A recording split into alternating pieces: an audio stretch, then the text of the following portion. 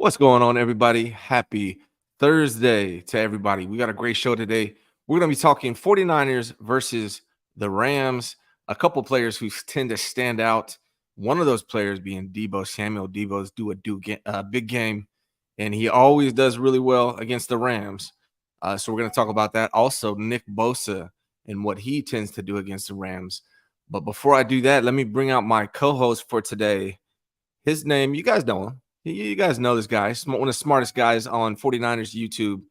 His name is Rohan. Let me go ahead and bring my guy Rohan out. But before I do, let's drop the funky introduction here.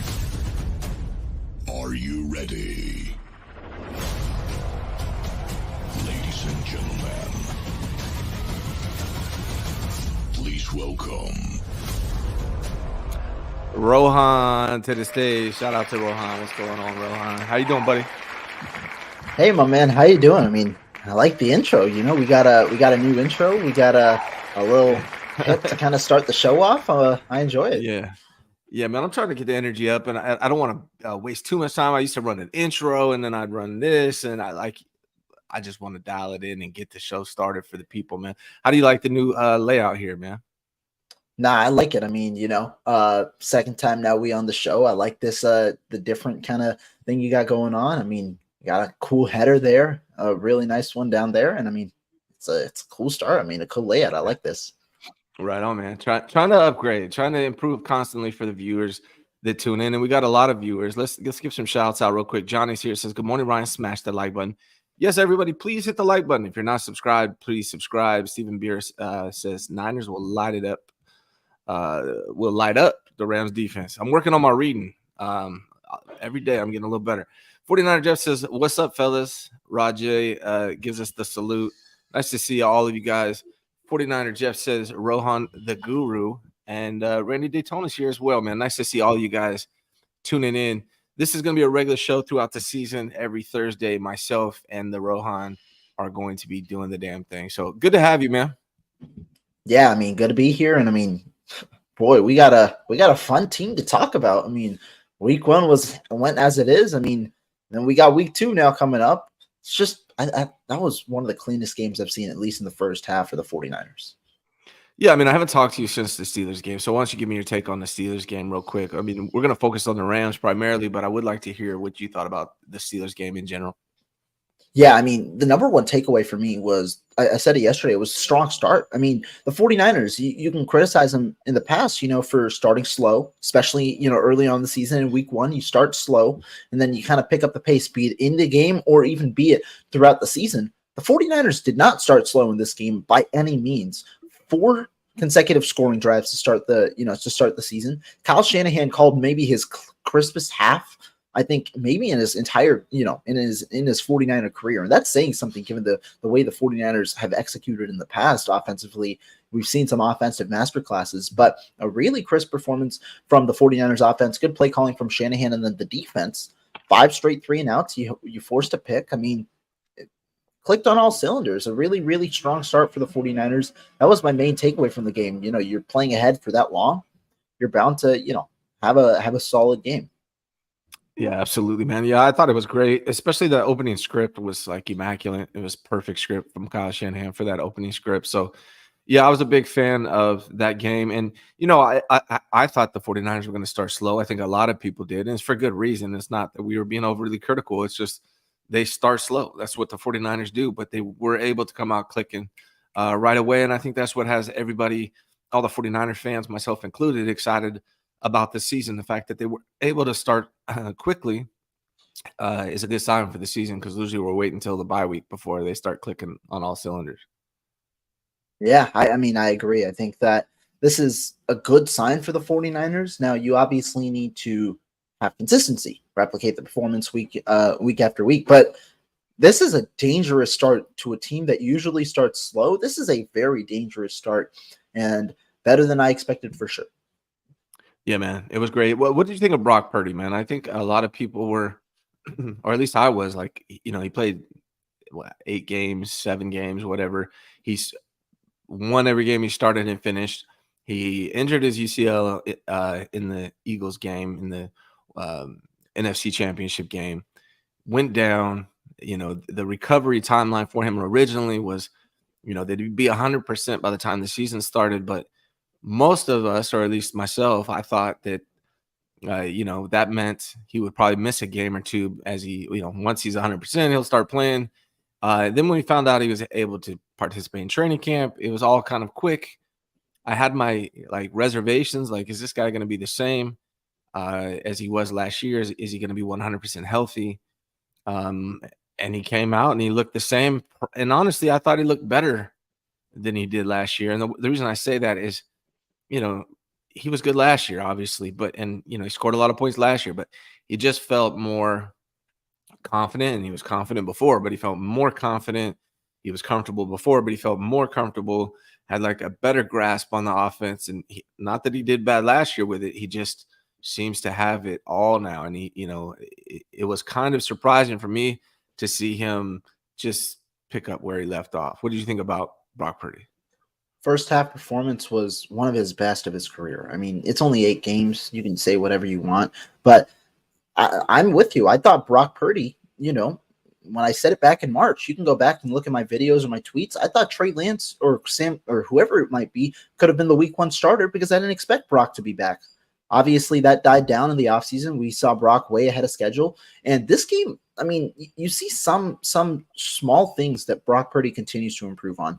Things that he was good at last year and things that, it's hard to maybe gauge an improvement in. But I thought that he improved on eye manipulation. There are a couple of times where, he's eyeing off the safety and hitting an intermediate type of throw. And I thought that those kind of things allow for the crispness of the offense to continue to exceed in such a, in the quick game, because the 49ers wanted to get the ball out quick.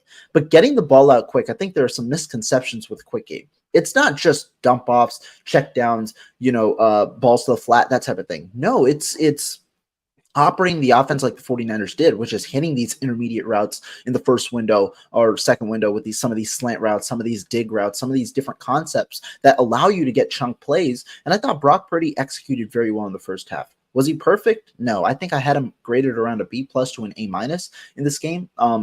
Might be more so in the B+ range. And even Kyle Shanahan alluded to it, right? He said there were a couple of plays, where Brock could have thrown the ball away. It was just different coverage. And some of the fumbles that occurred happened with that. But overall, I was pretty darn happy with the way Brock Purdy played, and especially coming back in week 1 when you didn't necessarily know how he was going to look. You heard about the limitations in terms of pitch count after the preseason and things like that. A solid performance from Brock Purdy in week 1. Yeah, and I don't know if you read the articles that came out lately. There's a couple of articles that came out in regards to, I think the title of one of them was "The Deep Ball is Dead," or something like that in the NFL. And then I read it, and they were talking about defenses playing, too high safeties in the back. And so because a lot of defenses have decided, we're going to take away the deep threat. We're going to take away the deep ball. We're going to keep everything in front of us. I think that's kind of the trend throughout the NFL. That was the basis of the article. I also think it has a lot to do with how great the pass rushers are now as well. Like you got to get the ball out quick nowadays against these pass rushers. There seems to be a lack of offensive line talent and a ton surplus of pass rushing talent. So I think that combined with the safeties and the way the defenses are changing their scheme to have 2 high safeties and take away the deep threat is changing the NFL a little bit in regards to the deep ball being taken away by teams. And so for me, I know there's a big controversy. I call Brock Purdy dink and dunk, and I didn't mean it as if he doesn't want to go deep. I just meant it as he doesn't have, he doesn't go deep. The reality is Brock Purdy has gone over his last 9 games. He has thrown the ball over 30 yards 6 times. He has completed 2 of those, and he threw 1 interception. Tua on Sunday did that same thing in 1 game, right? So I think my analysis of what Brock Purdy does well and doesn't do well, I think is correct. I don't think I'm wrong about that. I think the numbers will show you that he's not going deep. Now, people can debate the dink and dunk thing, whether that's how you classify that or whether you just say he doesn't go deep. However you want to word it. I don't think I was incorrect there. What I may have been incorrect about is how important it is or how necessary it is in today's NFL. What do you think about that? Do you need a quarterback that can take the top off anymore, or is that a dying talent or need or skill set? Now, this is a tough topic for sure. And to me, I think that you can think of it two ways, because I also think there are overreactions to one game of football that can't be sustained over 17 games.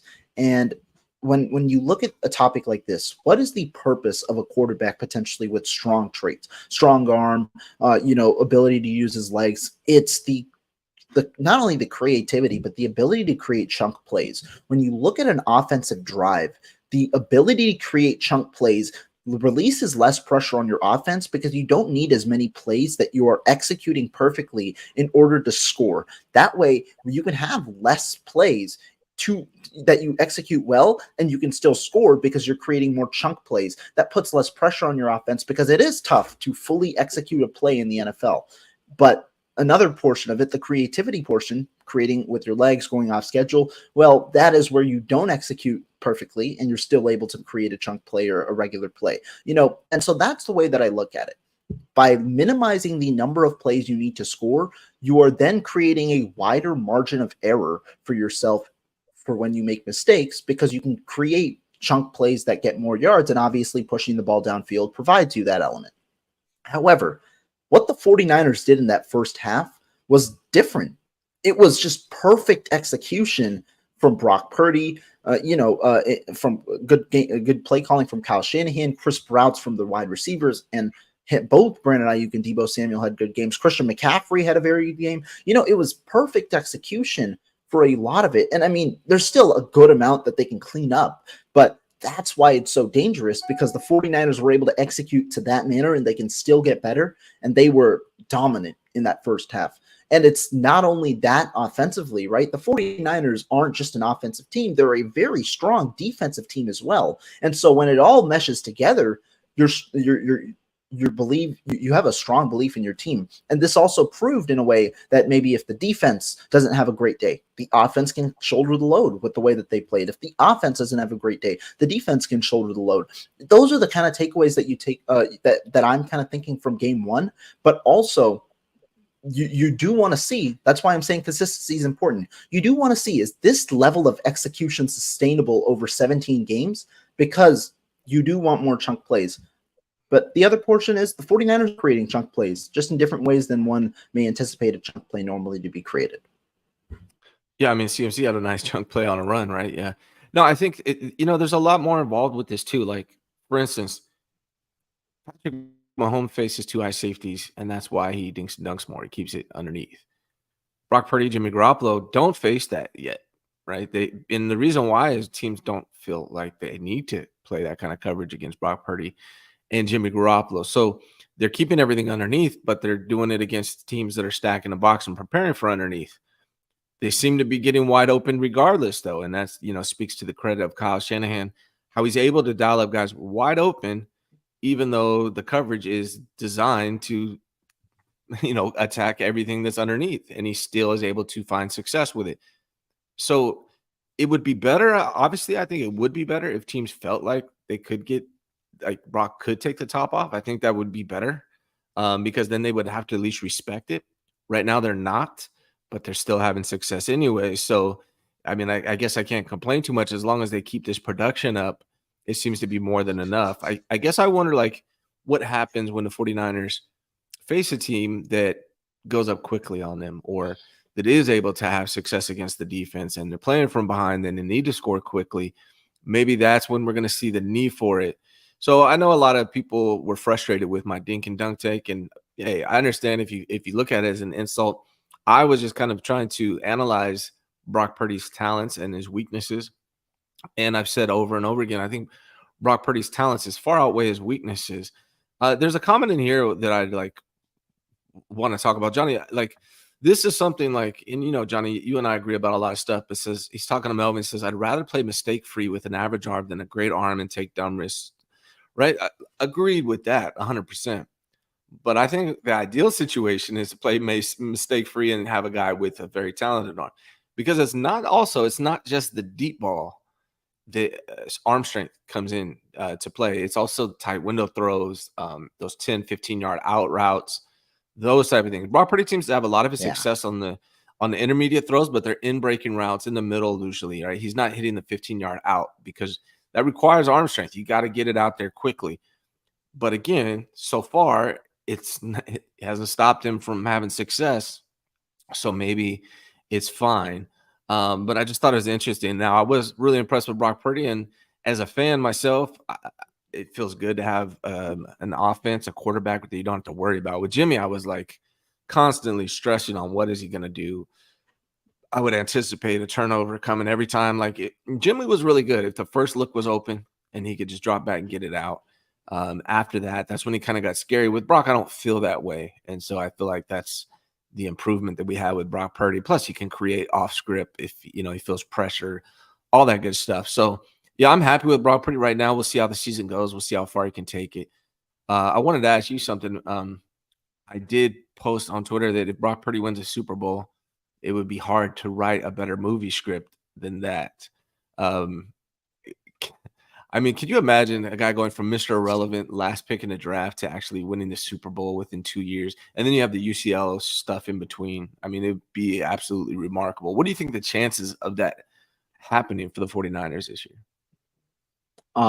I've said this publicly, and I would love the story, but I've said this publicly, and despite a very strong week 1 performance, I'm not exactly sure how much my stance changes when it comes to the playoffs. In a way, I'm just going to have to see it and have myself be proven wrong. But I've said that I don't believe the 49ers are going to win a Super Bowl in 2023. I don't think that, and I've said before that it also stems from the quarterback. And I don't want to knock Brock Purdy that much after a strong performance like the way that he had. But I've made the argument before of the rookie contract, rookie quarterback contract, and why that's successful. But you also need a very strong rookie quarterback contract option. And I'm still, we're still getting there with Brock Purdy. And the issue is he's a very solid quarterback. Don't get me wrong. But you do wonder whether those limitations that Brock Purdy has will ultimately thwart the final step for the 49ers. And there's a very, very small line between, the final step and what Brock Purdy is able to accomplish, because the 49ers got to an NFC championship game. The issue is when you're talking about winning the Super Bowl, it's not getting there. It's not even getting to the NFC championship game, right? It's you got to be able to pull the whole thing down. And at the moment, I'm not sure whether Brock Purdy is capable of doing that and whether the 49ers overall are capable of doing that. I need to see more sustainability with this team. And I do believe that there are a couple of strong teams out there that, match well with the 49ers and also have better capability to potentially pull it down. Now, I will say this, after what we've seen in week 1, right? Week one's a big overreaction week. We saw a lot of good teams look pretty darn bad. The Philadelphia Eagles struggled to compete with the New England Patriots, showing some flaws with how Jalen Hurts can play against cover 1, cover 3, those kind of fronts. Cincinnati Bengals didn't look good. Joe Burrow didn't look great in a rainy game. I mean, Patrick Mahomes lost in week 1. Who expected that, right? And then Josh Allen, I mean, the Bills just, they pretty much floundered in that game at the end. They had that game in their hands and lost to Zach Wilson. Week 1's a huge overreaction week for sure. But I'm not going to take anything away from the way the 49ers played, because they played dominant, and all props go to them for that performance. On the Super Bowl, though, still pretty iffy about it, and I don't believe the 49ers will win a Super Bowl. They're contenders, but I don't believe that they'll win the Super Bowl in 2023. Hey, man, I love the honesty, for sure. All right, cool, man. Well, let's talk about the game. How do you see this game playing out? Were you able to watch the Rams and the Seahawks game? I watched portions of it, and then I got to watch it a little bit afterwards, yeah. Were you surprised about the Seahawks performance or the Rams able to – I mean, I think a lot of us underestimated the Rams coming into the season. I know that much is for sure. I'm not sure if the Seahawks lost because they're worse than we thought, or if it's just because the Rams are better than we thought, but I definitely think the Rams are better than we thought. I think that much is true based on what I saw. What did you see in that Rams-Seahawks game? I'm actually prior to the season, I was a little higher on the Rams than the consensus. I'm still unsure just because you saw Cooper Kupp injury. You don't know exactly how strong that team is top to bottom roster wise because it's a top heavy team. But was I surprised by the week 1 outcome of a win? No. By the way that they won with pure dominance, yes. Because I didn't expect the Seahawks offense to look that bad.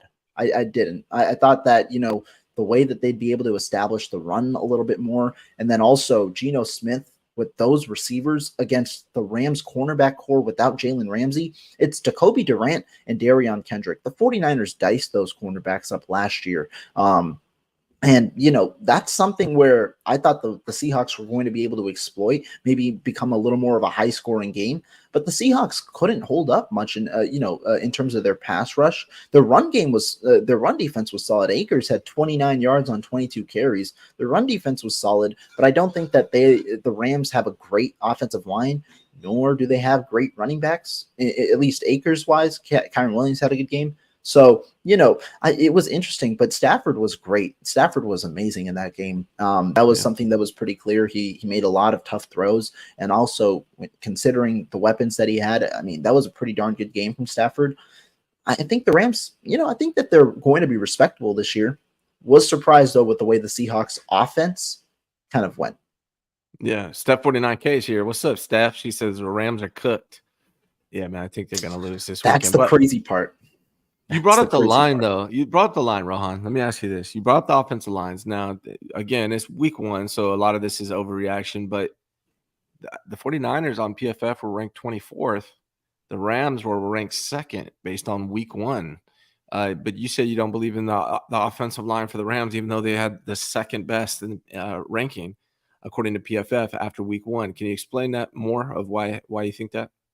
Yeah, personally, I don't really care too much for PFF grades. I think their statistics are wonderful. Don't really care too much about PFF grades. But a couple of things, the Seahawks pass rush, I don't think is as strong as you might expect. They did sign Draymond Jones this offseason, but they lost Al Woods. I don't know. I'm not too high on the Seahawks pass rush. Exactly. I don't think it's that strong. And you look at the run game, Cam Akers did not have a good game at all. But when you talk about the 49ers offensive line, do I think they're going to be around 24 this season? No. But do I think the Rams offensive line is going to be at 2? No. I think that it'll more so even out to where the 49ers ultimately eclipse the Rams. And I think you're also going to see a bit of that this week, in that I do think that Matthew Stafford's going to have a tough time getting some of those downfield shots off and might have to resort to more of a quick game. In fact, last year when you saw the 49ers face the Rams, they implemented the quick game early, and that shut down their offense because the 49ers were so sound at tackling with their linebacker core, because they were that scared of the 49ers defensive line and the way that they were able to dial up pressure. And so to me, do I think that what week 1 said, at least what PFF says about the two lines, is accurate coming from week 1? Not necessarily. Again, it's one game. Now, you can raise concerns about the 49ers offensive line, because I do think that right side did not have a good game in week 1. Thought Colton McKivitz did not look good. I also thought Spencer Burford had a pretty rough start. The left side was pretty solid, both in run blocking and in pass pro. I thought, that side was fine. But the right side, you can raise concerns. Still, I'm not that worried about the Rams offensive line being as good as what grades might indicate in week 1. Yeah, so since we're talking about pass rush and the Rams offensive line, I think it's good to bring this up. Nick Bosa versus the Rams. Over the last 5 games, he's had 6.5 sacks. He wasn't able to get any sacks on Sunday against the Steelers, being that he was. I think it was mainly just because he was back, but he did create quite a lot of pressure. How do you see Nick Bosa? Do you think Nick Bosa will be more Nick Bosa this week? Do you anticipate him actually getting all the way to Stafford? I think Nick Bosa, I think he's going to just have, he'll be as he was in week 1. I think Nick Bosa's just, when you look at this defensive line, it was very impressive. And Nick Bosa combined with the guys on the interior, I think that's going to, create a pretty favorable matchup. I know Nick Bosa had 0 sacks in week 1. I believe he had 4 pressures and a 25.9% win rate, according to PFF, because he didn't rush them. He didn't have as many pass rushing snaps. I believe he only had 16 pass rushing snaps. And so the way that he was able to consistently get after the quarterback in a limited, in a limited capacity was pretty good. And he also got double teamed, I believe, and maybe 43% of the snaps that he was out there. This week, probably, you get a little more snaps, but I think the 49ers are going to be a little more creative now with Nick Bosa. You saw him primarily line up on the outside in this week, but you've seen them in the past, move him to the interior, move him, maybe even create those 5 defensive line fronts. You'll see him, I think, be a little more creative and move to both sides. And I think Nick Bosa, regardless of whether he gets a sack or not, his impact is definitely going to be felt in week 2, both in the run and the pass. And you're going to see another probably pretty dominant output for the 49ers with their defensive line. Now, the Rams, like I said, they might operate with a quick game, just not let Stafford try and get hit as much, which might just lead to a lot more open field tackling and a lot more punts and quicker drives and things like that, or more longer drives for the Rams in trying to get a touchdown. But I do think the defensive line and Nick Bosa leading it is going to have a pretty solid game again. Yeah, I think what we're going to see this year compared to last year is it's not going to just be the Nick Bosa show by himself. Now he's going to create, he's going to get his, obviously, but I think he's also going to create opportunities, and he has before. But I think now Drake Jackson is a lot better than people anticipated. I think he's going to have a great year. Javon Hargrave and Armstead are creating pressure up the middle. Armstead by himself with no other real interior pass rusher, it was hard for him to do that. But now you got Hargrave who's getting double teamed more than he got double teamed more than Bosa this past Sunday. So I think having Hargrave is helping Armstead and Nick Bosa and Drake Jackson. So now it's more 4 guys working together versus 1 by himself trying to do everything. So I think it's going to be the whole team is going to have a lot more sacks this year than they did in previous years. I don't know if Nick Bosa will. What did he have? 19 last year, right? Something like that. Yeah, 19 and a half, something like that. Yeah, I don't know if he'll get to that point again, but I think the team overall is going to have more sacks as a unit, which I think is great. And I would anticipate they have 5 sacks this weekend. That's my guess. I honestly think on Sunday they'll have 5 sacks against Stafford. Stafford is not very elusive at all. And if they can, like you said, if they don't 100% rely on the quick game screens, et cetera, I think you can expect the 49ers defense to have 5 sacks. That's my prediction. Let's talk real quick about Deebo Samuel. Deebo Samuel has 39 catches for 550 yards and scored 6 touchdowns in the last 7 games versus the Rams. I believe he got injured on one of those games, right? So he didn't really play the full game, if my memory serves me correctly. But Deebo always seems to have a good breakout game against the Rams. He hasn't really had that game in a long time. He is in phenomenal shape, had a great training camp, looks better than ever from a physical standpoint. Do you anticipate Deebo Samuel being Deebo again this Sunday? Do you think you could possibly get a breakout game from him? Yeah, I talked about a similar concept with Vish yesterday, and I pointed out Deebo Samuel, when you look at him against the Rams, the 49ers have utilized him a lot more because what does Deebo Samuel bring that is very valuable against a division rival? It's the physicality and it's the energy that he provides that really it just kills the morale of the other team, especially when they had Jalen Ramsey, over there. That's something that Deebo Samuel looked for. He avidly looked out for Jalen Ramsey and, looked to make sure he bullied him. Deebo Samuel this weekend. Well, first, I do want to give some shout out to him in week 1. I thought he looked really good in week 1. I thought he had 5 catches, 55 yards, but I thought he looked really good in week 1.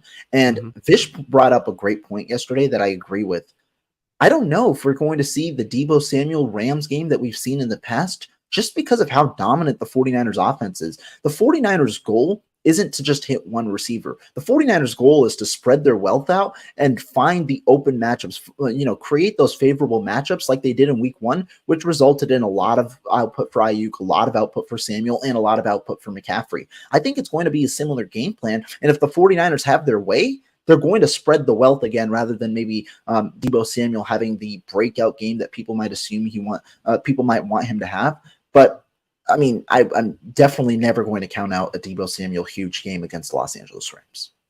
Yeah, man, it's always possible. I think you're right. Like a lot of time, these games that I brought up, this is in the past when they didn't really have CMC. And I think CMC has definitely taken away from. I don't want to say value because I'm not devaluing Debo, but he does a lot of things that Debo used to do, and now they have Mhm. CMC for that. So I think his numbers overall will probably come down in general. It seems like they have ever since CMC got here, and I think it's going to continue to be the case now that they have CMC. But like you said, they have a ton of talent, skill positions. 49er fans know this. You got Aiyuk, Debo, Kittle, CMC. Who am I missing? Those guys are the main four, right? So it's like Right. pick your poison, and I think the 49ers have the ability to attack either way with those guys. Talk to me about Brandon Aiyuk, man, and the changes that you've seen in the growth in his career and how he's looked last year and now this year. Yeah, I mean, Brandon Aiyuk is he's a guy who we've known is going to just have this ascension, and it's starting to really, really come. Brandon Aiyuk was the lone, week one receiver with over 100 yards and 2 touchdowns, NFC Offensive Player of the Week. The accolades are starting to come. The recognition is starting to come for Brandon Aiyuk, but we knew the talent has been there. It's just now he's getting more confident within himself. He's becoming fully polished as a receiver in all aspects. You see him continue to block. The energy and the culture fit of Brandon Aiyuk was perfect. This is probably one of Kyle Shanahan's biggest hits in his career with the 49ers, understanding he was the 25th overall pick. But when you look at it, the one main gripe that I had with Brandon Aiyuk in the past was making those significantly tough catches that cemented him as a wide receiver one that you see a lot of other receivers making. He had the athleticism in the past. He's had the route running capabilities in the past. He also has the best hands on the team. But you saw him sometimes not be able to come down with some of those tough catches, those back shoulder throws and things like that. Well, that wasn't the case in week one. Brandon Aiyuk caught all 8 of his targets, but the big one was that second touchdown over Patrick Peterson, where he really mossed Peterson on a nice back shoulder ball from Purdy, keeping both feet in bounds, being able to haul in the catch, making sure that it was a touchdown. I mean, a really good play. And I'm sure you've heard it. That play was the least, that play was the play that was least possible to be completed in every pass in the NFL in week one. It had a 16.5% chance of being completed. And that play was a completion for a touchdown. And it was a great ball from Brock Purdy, but it was ultimately Brandon Aiyuk who came down with that ball in a very difficult play. If he can consistently make those type of difficult plays, there's no doubt in my mind he's a wide receiver one in the NFL. And I mean, I personally already think he is, but a high caliber wide receiver one. But regardless, I mean, this type of game and what I expect from him this season is just suiting him up to get a pretty hefty payday at the end of this season. Well, talk to me about that real quick. You're on top of this cap stuff. Is Brandon Aiyuk going to play himself out of the 49ers, or do you think there's an option for them to retain Brandon Aiyuk? I absolutely think there's an option for it. Now, their willingness to do it, I think that's the better question, because obviously a deal for Brandon Aiyuk is going to be a long-term deal. And I mean, when you look at numbers-wise, right, it won't make a big difference in 2024 because he's a guy who has a 5th-year option. So let's say it's a 4-year deal for Brandon Aiyuk. It's going to essentially be a 5-year full contract with the 5th-year option added on, and his cap hit likely decreases in 2024. The big question, though, is the years after that, right, where you likely can't shoulder 2 significant wide receiver contracts, And the benefit of having that 5th-year option and adding the extra year is maybe you can create a contract where the first 2 years aren't as big cap-wise, similar to how Nick Bosa has an $11 million cap hit and then a $14 million cap hit this year and next year, because next year's year one of the extension. The first 2 years don't have to be as high cap hit, so you can shoulder in 2025 him and Deebo Samuel. But Brandon Aiyuk's extension likely means that barring a pay cut from Deebo Samuel, likely means Deebo Samuel will not be here. Now, the questions around Brandon Aiyuk were, is he going to be a good fit in this offense with Brock Purdy at quarterback? That's very, very clear. Brandon Aiyuk is going to get his own, and he's going to, turn himself into a top receiver. Now, the 49ers, the critical decision they want to make is you understand how valuable receivers on rookie contracts are and how, not easy, but how many nowadays are coming out of the draft. Do they want to instead flip Aiyuk for draft capital, understanding they could easily get at least a first-round pick for him and potentially draft his replacement on a cheaper deal? Or do they want to continue to try and extend this window and pay Brandon Aiyuk with the understanding that Deebo Samuel likely does not return either following the duration of his contract or he gets traded prior to his last year? Me personally, man, I mean, this is no knock on Deebo. I really like Deebo, but there's nobody on the team that can do what Brandon Aiyuk does. Now, in respect to Deebo, Deebo does some things that no one else can do. He's like like a CMC, but like a run, somebody that'll run you. It's like if CMC was running guys over. He doesn't really do that, but Deebo will. He'll run through and run over you. But that being said, I think you can get by with a lot of things without a lot of things that Deebo does with CMC. But I don't know how you replace what Brandon Aiyuk does, at least with anybody on the roster. And I guess you could roll the dice on a rookie and see if you can get that from them and hope you can get that from them.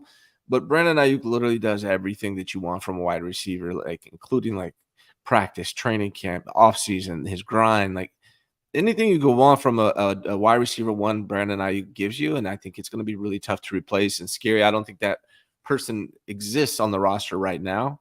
So it makes me uncomfortable thinking about losing Brandon Aiyuk. But real quick, man, we got some. I want to pay the bills. 24 seconds, and then we'll be right back and we'll preview more of this game. Give me 24 seconds, guys. What's going on, guys? This is Ryan Hensley, man. Just want to remind you that I am a real estate broker and mortgage lender in the state of California. If you're thinking of buying or selling a home anytime soon, please reach out. If you go to the details in the description, you can schedule an appointment with me by clicking on the link. I would love to help you and your family. Please reach out. Now back to the show. All right, Rohan. So look, the 49ers play the Rams on Sunday. How do you see this game playing out, big picture? And we'll dive into more of the details, but how do you see it playing out? Big picture, dominance. I honestly don't believe that. I think that's why I fired out a tweet yesterday I saw the line at 8.5 points. And that's why I said it was astounding. You know, you're talking about a team that just came off a 30-13 win on the road against a division rival. They're coming home, and now they're 8.5-point favorites. That just showcases how strongly not only, local media, but also the entirety of the world views the 49ers. They're coming on the road in this game, and they're favored by that many points because people expect a blowout for the 49ers. And unfortunately, when you look at the 49ers and the Rams, the 49ers have consistently had their number. It's Kyle Shanahan having, the edge on Sean McVay, but it's also just the way that they match up. When you look at the way the 49ers have been able to defeat the Rams, they've been able to neutralize Aaron Donald, who still gets his own every game, but they've been able to neutralize him enough while also, incorporating the entirety of their team, utilizing the quick game, getting the ball out, and getting their playmakers in space. It's a very similar game plan to the one that they normally operate, and it just works to perfection against this team. They have their number, and they've been able to consistently, game plan and execute against the Rams.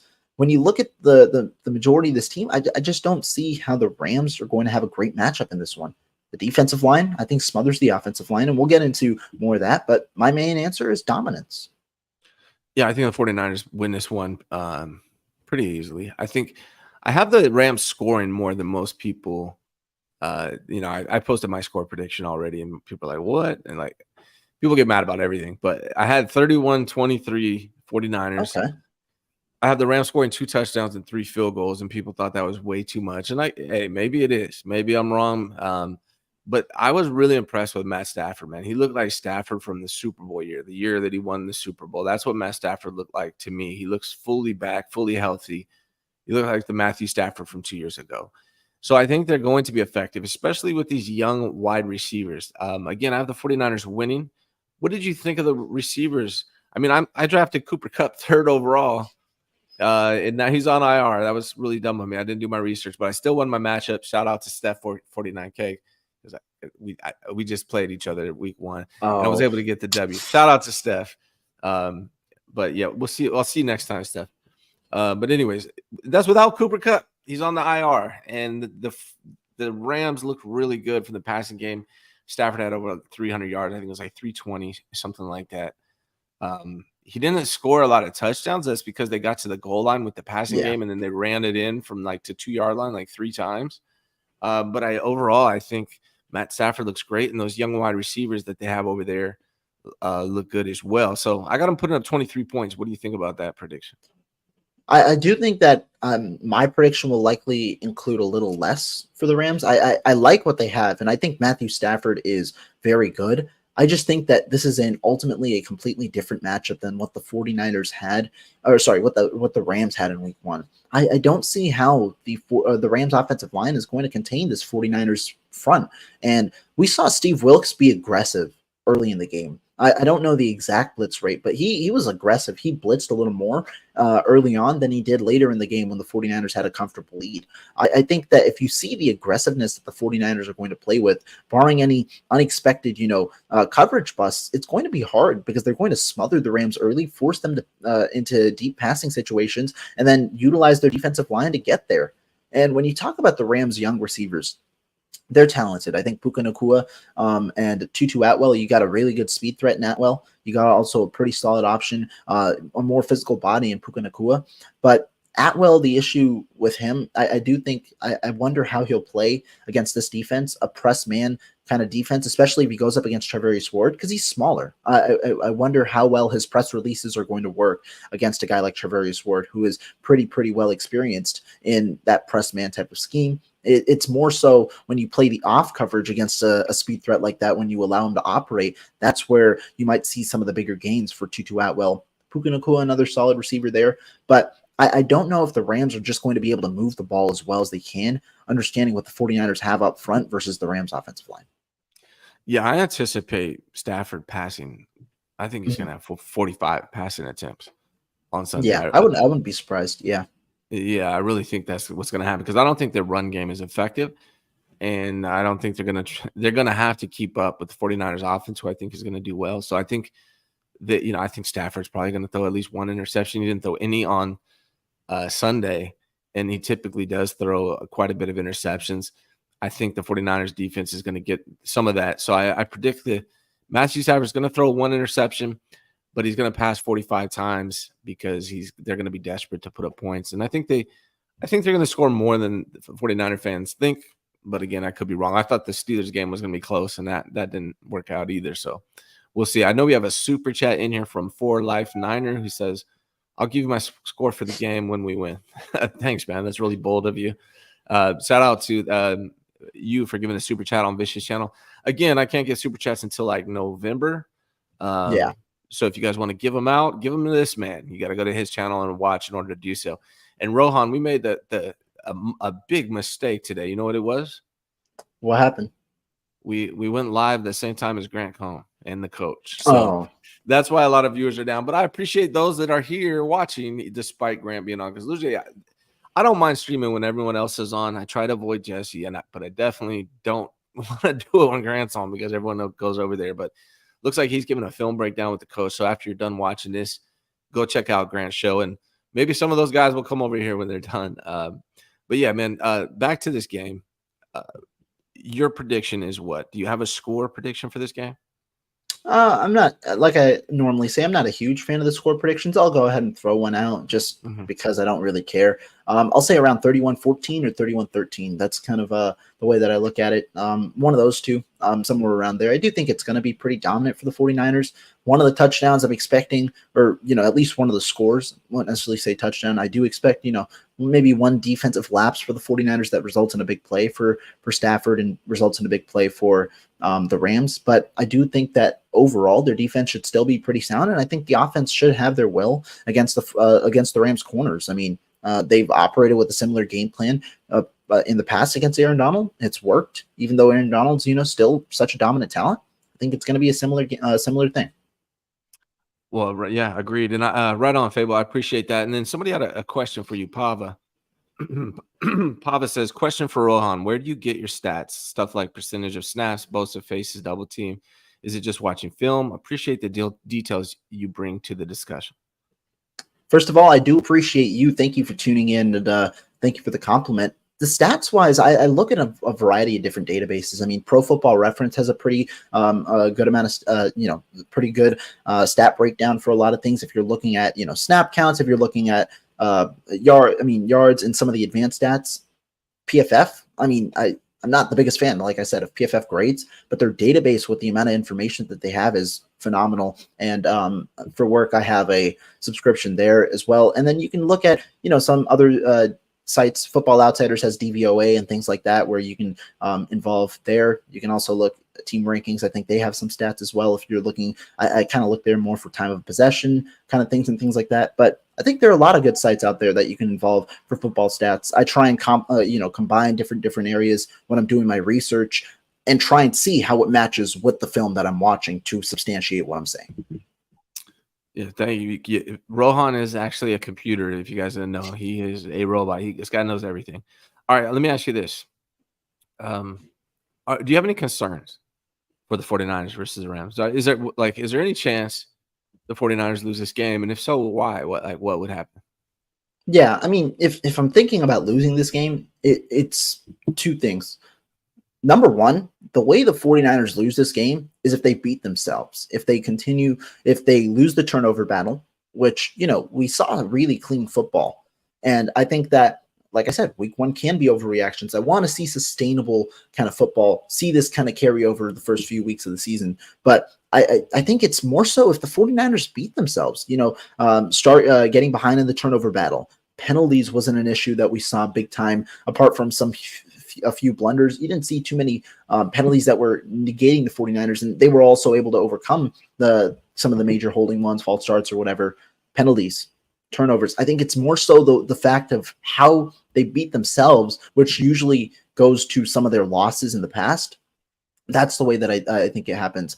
And my second concern, I don't know if it necessarily ties into the overall impact, because I think this is going to happen, and I still think the 49ers come out comfortably, but it is that test for the right side of the offensive line. Aaron Donald, I was looking at statistics, yesterday. A lot of people envision Aaron Donald as a defensive tackle, one of the best defensive tackles of all time. But the Rams, over the last few seasons, have been very creative in the way they incorporate Aaron Donald into their game plan. He doesn't just line up, over the center, over the guards kind of thing. He actually lines up all over the field, and he'll line up on both sides of the field, wherever the Rams try and place him. He had 24 of his 41 pass rushing snaps over a tackle in week one. He lined up as a defensive end because they implemented 3-4 defensive scheme. He lined up 24 times out of 41 pass rushing snaps over the tackle. He also lined up one snap outside the tackles. And so what do you think the Rams are going to try and do in trying to create a game plan that might be a little more beneficial to them? Is lining up Aaron Donald on that right side, seeing how he operates against Colton McKivitz and Spencer Burford. And those two guys had a rough week one. Do I think that it affects the outcome of the game? No. Just like it didn't as much in week one, despite McKivitz giving up 5 pressures and 3 sacks, including the forced fumble. I don't think it impacts as much of this game. But you do want to test this right side of the offensive line and see truly how well they're going to be able to play over the course of 17 weeks. And you got 2 tough challenges here thus far. Cool. Interesting to see how McKivitz recovers from that game, and including in run blocking as well, because I didn't think he had a great run blocking game either.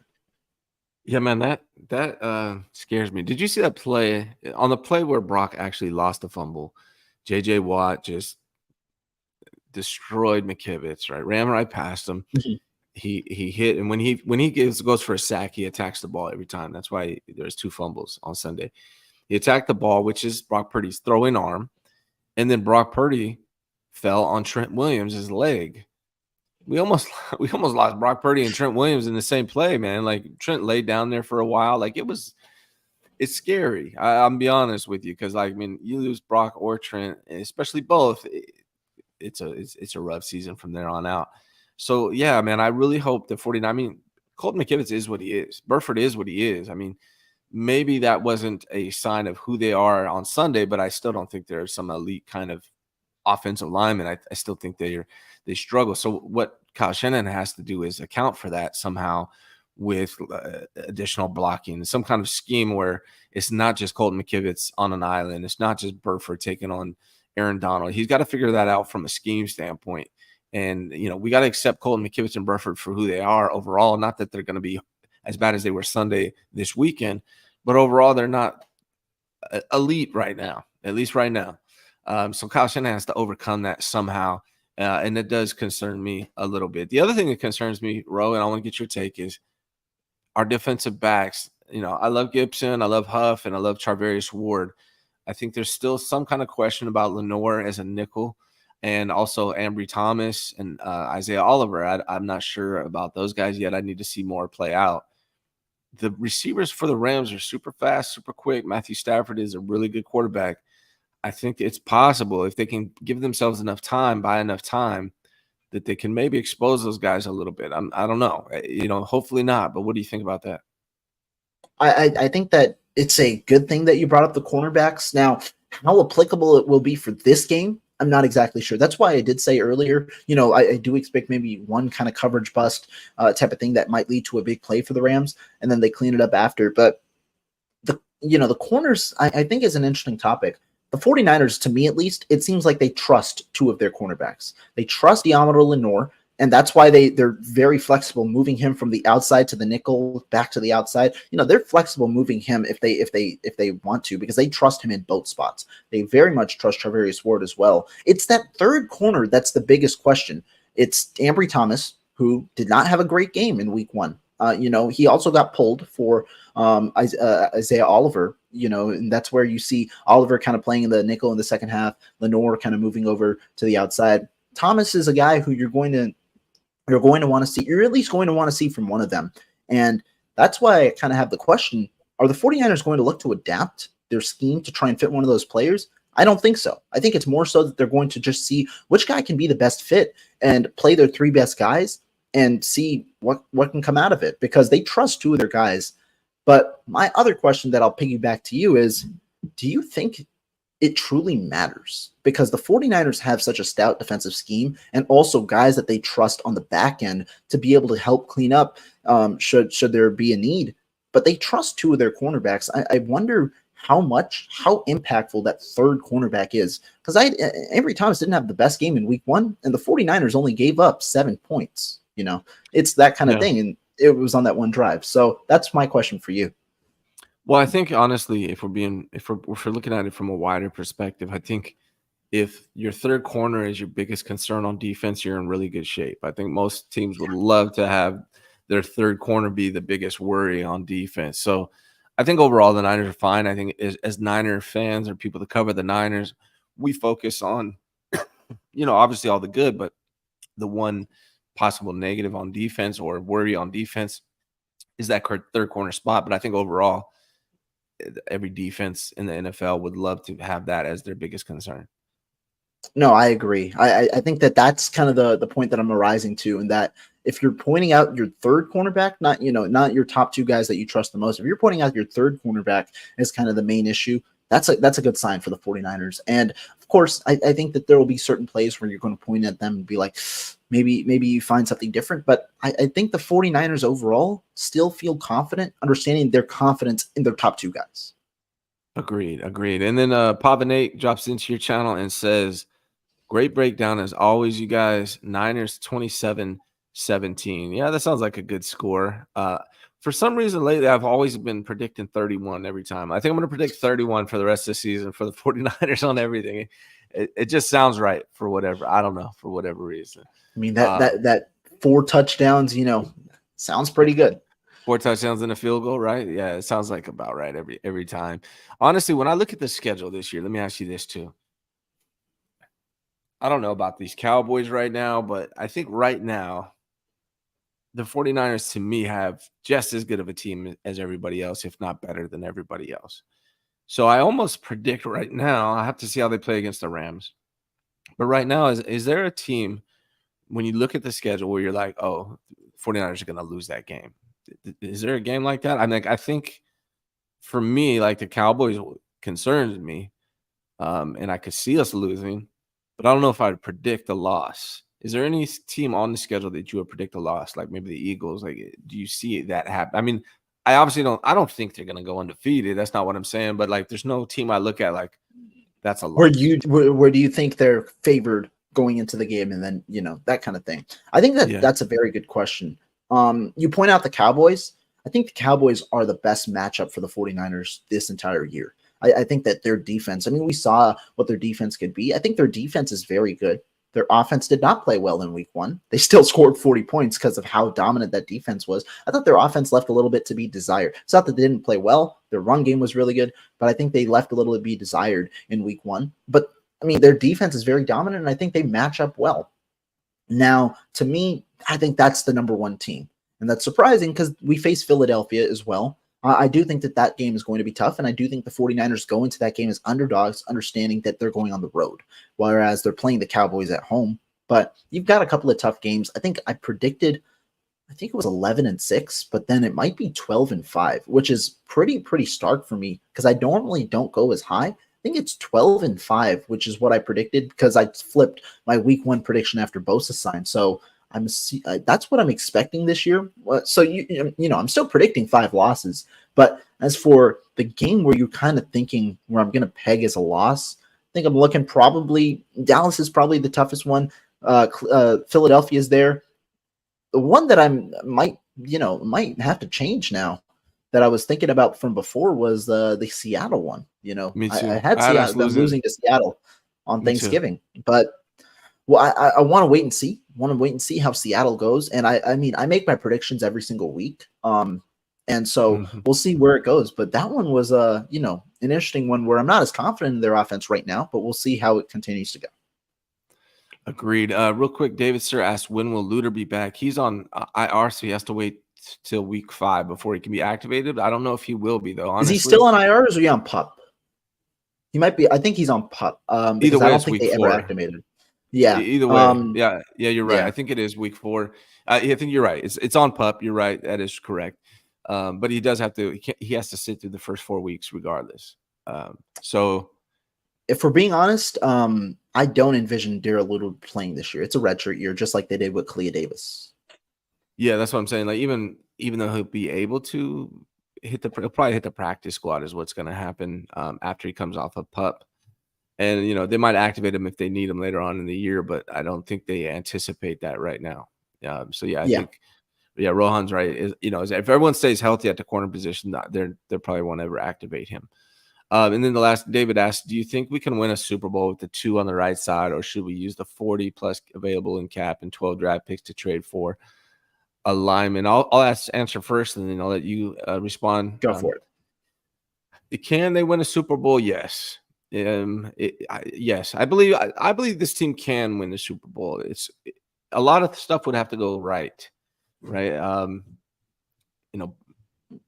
All 3 facets of this team would have to play well. They would all have to stay healthy. They'd have to get a jump on people early in the playoffs. And Kyle's going to really have to scheme up protection. It's going to have to be his number 1 priority. He can't just leave Colton McKivitz on an island against elite pass rushers because it could be a disaster for Brock Purdy. So can they? Yes. I wouldn't trade for an O-lineman right now. That's the problem. With doing it right now is tough because the 49ers run game is actually pretty complex. And I feel like it would be a tough ask to just trade for a lineman and insert him now and expect him to understand the offense. I think that would take some time, and you kind of need the offseason for that. So that's why I was hoping they would have drafted DeJuan Jones, which is what I said, but hey, what do I know? But yeah, no, I don't think they will do anything about it. I think they're going to ride with who they got. What do you think, Rohan? I'm in the same boat with you. Do I think they can win a Super Bowl? I don't think when it comes to the offensive line, I think the 49ers have now, through the years of Kyle Shanahan's experience, have found ways to scheme around their offensive line. They've made the NFC champ. I know it's the NFC championship game, but they've made the NFC championship game with lines where it's not as strong on the right side. You made it with Tom Compton there. And, you could point to certain things in that NFC championship game outside of the offensive line that caused them to lose that game. Now, if you're talking about the trade aspect, I have 2 thoughts on that. One, if they trade for an offensive lineman, I have a tough time seeing how they're going to play because of the reason Ryan brought up. Offensive line is one of the toughest positions in this system, which is why you've seen some of these. You rarely see a year 1 player come in and play on this offensive line unless they have a knowledge of Kyle Shanahan's scheme, right? Unless they have that kind of that expertise. And so that's why I find it tough for, an offensive lineman to be traded and immediately play. It's tough to integrate them back into this team. And 2, I honestly don't think there's going to be a single starting right tackle available on the market, because while teams understand that they can tank and things like that, and sell high on assets. Offensive linemen, you rarely see them get traded. At least good level offensive linemen, you rarely see them get traded, just because it's such a scarce position that and also the offensive lineman, it's not like their prime kind of disappears once they turn past 30 for a lot of them, because it's not a position that always requires as much athleticism, because you can be a stout offensive lineman without elite level athleticism and things like that. And so I think teams will rather keep their offensive linemen and try and build around that offensive line for a young quarterback or for whatever, as they continue their rebuild. That's why I don't think an offensive line, it's hard to trade for an offensive line. Yeah, agreed. I think, if you're a corner, I think corner, safeties, pass rushers, those guys are easy to trade for and insert. Correct. And it'd be, it's not very as complex as like a lot of what these offensive guys has to do. But that being said, David, you never know. I mean, who expect at this point last year, we had no idea that they were going to be traded for CMC. So maybe the 49ers do make a move of some sort in the middle of the season, but I would be surprised if it's an offensive lineman. All right, Ro, last question for you, man. What are the keys to beating the Rams? What do they got to do? I said it earlier. I mean, the way that they lose this game is really beating themselves. So it's clean execution once again. That's the main thing. When you talk about last time, when you talk about, not last time, but weeks that they've lost in the past, it's usually penalties piling up. Then you got a turnover. It's kind of bad on bad that kind of kills the 49ers. So it's clean execution. Other keys to beating the Rams is, that smothering pass rush. I think that truly, this is a game, and we saw this, I believe, in week 3 of last year. You can win this game predominantly with your defense. This is a defensive matchup for the 49ers where I think they have a clear advantage. I think that, with that pass rush and with the way that you're going to force Matthew Stafford to make tough throws, which usually can result in a turnover, I think that's big. Yeah, and Jay Cruz brings up a good deal. And actually, Melvin is my friend. He's a Cowboys fan. Jay talks about signing Collins, the tackle that was released by the Bengals who once played for the Cowboys. But Melvin let me know, I didn't know this, and then I looked it up, and he was correct. It's not just Collins' ACL, it's his hip. He has an ongoing issue with his hip. So I don't think he's going to be a guy. He's probably going to be close to done. I mean, maybe not. Hopefully for him, he's not. But I don't know what his future even looks like in the NFL, to be honest. Rohan, man, I agree. When's your next show, buddy? And let everyone know the name of your channel. It's also in the description, you guys. So you can just go click in the description and find Rohan's channel. But let everyone know if they want to just hear it. Yeah, I mean, like Ryan said, it's all in the description, but you can search my name up right here on the screen. That's my YouTube channel. You can also search me up, find me on Twitter where I release some of my takes, as well as on 49erswebzone.com. Lead beat writer over there, write a lot of stuff there that, for the guys that like to listen or to read kind of certain articles, that's where you can find me. Show over there tomorrow. David, I appreciate you for being a reader over there. But show tomorrow, likely with Sunil and Marco, a trio show. So if you guys like kind of a round table where you hear different opinions ahead of week 2, go ahead over there, follow my channel, and we'll be on tomorrow. Yeah, Rohan's writing was phenomenal in the training camp. So I'm looking forward to catching more articles and recaps. I don't know what's better, your reading or your YouTube. They're both very good, but make sure you guys are subscribed to Rohan if you're not already. We're out of here, man. I want to thank all of you guys for tuning in. You could have watched Grant, which is a much bigger platform, but you chose to watch us, and that's much appreciated. No knock to Grant. I watch Grant, so I get it. But I appreciate those of you guys that did stick around today. Rohan, man, we're out of here, brother. Hey, good show. All right, buddy. See you next Thursday. What's going on, guys? This is Ryan Hensley, man. Just wanted to remind you that I am a real estate broker and mortgage lender in the state of California. If you're thinking of buying or selling a home anytime soon, please reach out. If you go to the details in the description, you can schedule an appointment with me by clicking on the link. I would love to help you and your family. Please reach out. Now back to the show. What's going on, guys? Not only am I a real estate and mortgage broker, but I also have a solar business. I can connect solar on your business or home in up to 31 states. If you need solar, please reach out. All you got to do is email me your most recent power bill to ryan@ryangensley.com. My partner Tony and I will get back to you with an estimate right away. Again, I appreciate all your support.